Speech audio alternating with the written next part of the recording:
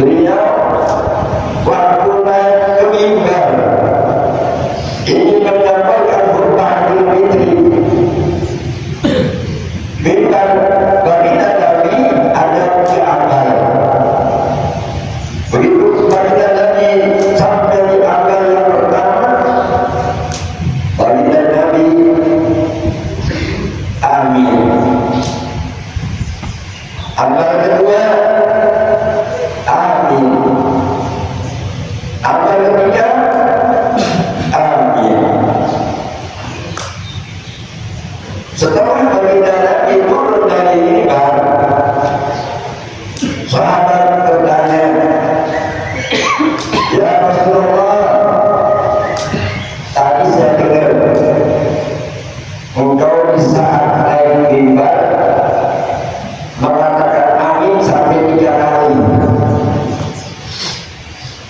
Saya nggak paham siapa yang mau aminkan. Baginda Nabi menjawab dengan tegas, saya mengaminkan malaikat Jibril sebagai panglimanya malaikat. Ketika jelas di kuping Baginda Nabi bahwa malaikat Jibril berdoa. Doanya malaikat Jibril yang pertama, ya Rabb, ya Tuhan kami, jangan terima ibadah puasa, baik sholat tarawihnya, sholat malamnya, tadarusnya, baca Qur'annya, bagi anak yang durhaka kepada kedua orang tuanya. Lalu saya katakan amin. Kedua kali malaikat Jibril, panglimanya malaikat, mengatakan, ya Rabb, jangan terima pula umat muslim ibadah di bulan puasa Ramadan, jangan diterima amal ibadahnya bagi saudara-saudaranya tidak minta maaf dan dia tidak memaafkan. Sesama muslim tidak memaafkan, sama saudara tidak memaafkan, saling berdoa, maka malaikat Jibril yang berdoa, mohon jangan terima amal ibadahnya. Yang ketiga, malaikat Jibril berdoa mulanya sama Allah, ya Rabb, ya Tuhan, jangan diterima amal ibadah di bulan suci Ramadan perempuan yang membantah kepada suaminya, perempuan yang durhaka kepada suaminya, khusus, maka jangan diterima oleh perempuan walaupun baca Quran berkali-kali hatam, walaupun Quran sunnahnya lagi, bila dia tidak mentaati kepada istrinya, kepada suaminya, jangan diterima.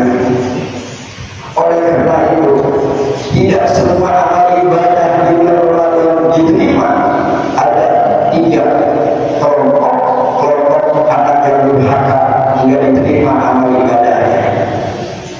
Durhaka kepada orang tuanya. Yang kedua, Nabi mengaminkan tidak diterima amal ibadah sesama muslim, tidak mau memaafkan saudara-saudaranya.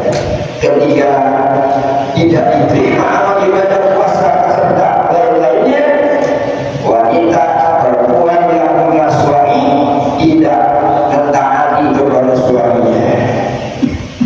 Allah Akbar, Allah Akbar, walillahil hamd. Saudaraku, biar puasamu itu baik, tahajud tiap malam, Muhammad harus 2 kali hatam, tapi engkau teteskan air mata orang tuamu, kau sakiti hati orang tuamu, demi Allah, puasa terjaga bulan, puasa terjaga sampai kepada Allah. Para saudaraku yang masih hidup orang tuanya, bersyukur kalian kepada Allah, muliakan orang tuamu, berikan hartamu yang terbaik untuk orang tuamu.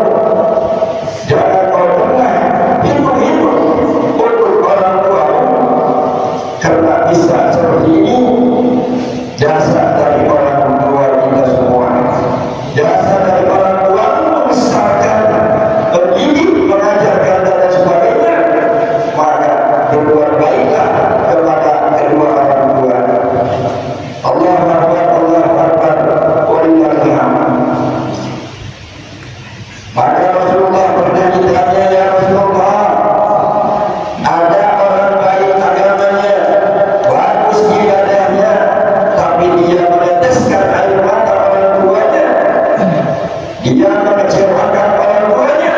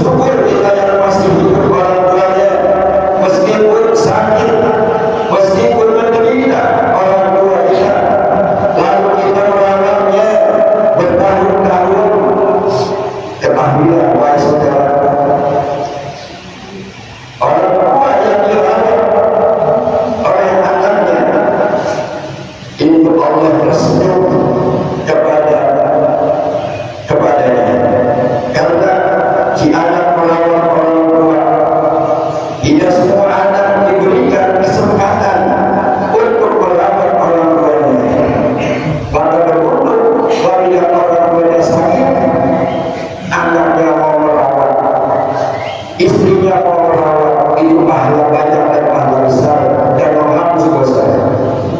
Allah Akbar, Allah Akbar. Waliyah Umar bin Khattab pernah bertanya kepada Rasulullah SAW, ya Rasulullah, saya tahu tidak mungkin saya melihat wajah Allah di dunia, di muka bumi saya tidak bisa melihat wajah Allah, tapi saya bagaimana supaya Allah tersenyum kepadaku? Maka Nabi menjawab, buatlah ibu bapakmu tersenyum, maka Allah senyum kepadamu. Saudaraku, di hari lebaran ini buat ibu bapakmu tersenyum, kasih dia yang terbaik. Hibur dia, buatlah dia senyum kepadamu, maka Allah Subhanahu wa Ta'ala akan cinta kepadamu. Hiduplah bihidul walidain.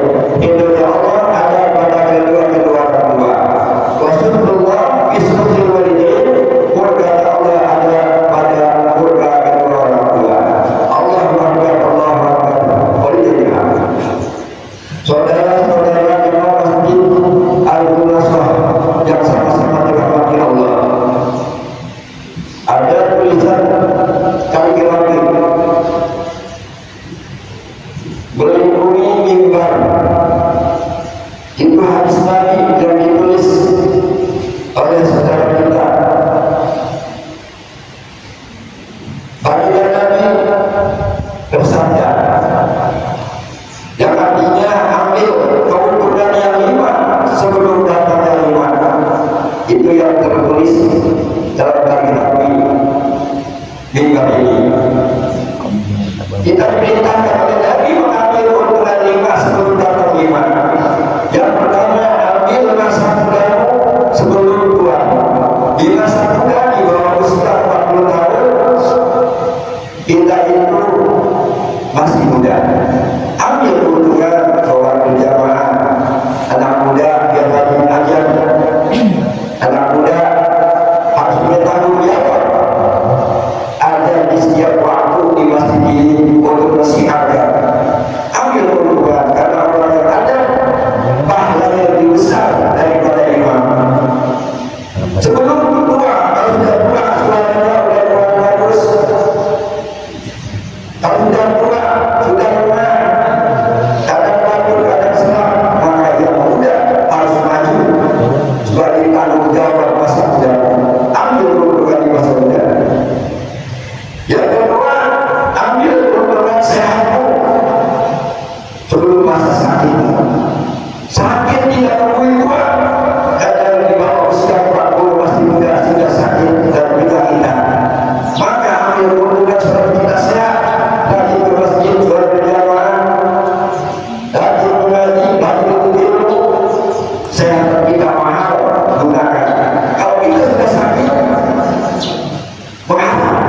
Apa bisa saya mau ke masjid? Pasti seperti itu. Yang ketiga, kata Nabi, ambil keuntungan di masa senggang sebelum masa sibuk. Senggang kita masjid, bisa kesana sini. Senggang kita masih ada waktu untuk sholat berjamaah mengisi masjid ini. Kalau kita sudah sibuk, kata disibukin sama istri di rumah sakit, disibukin sama anak, disibukin sama orang tua, Allah yang maha sibuk sudah tidak bisa apa-apa kita, tidak bisa mengisi masjid ini. Keempat, ambil keuntungan di masa kaya sebelum akhirmu, karena kalau kita sudah akhir sudah tidak bisa apa-apa. Seperti orang tsunami habis mobil hartanya hancur, rumahnya di bawah air sudah tidak jaya lagi. Maka kita jaya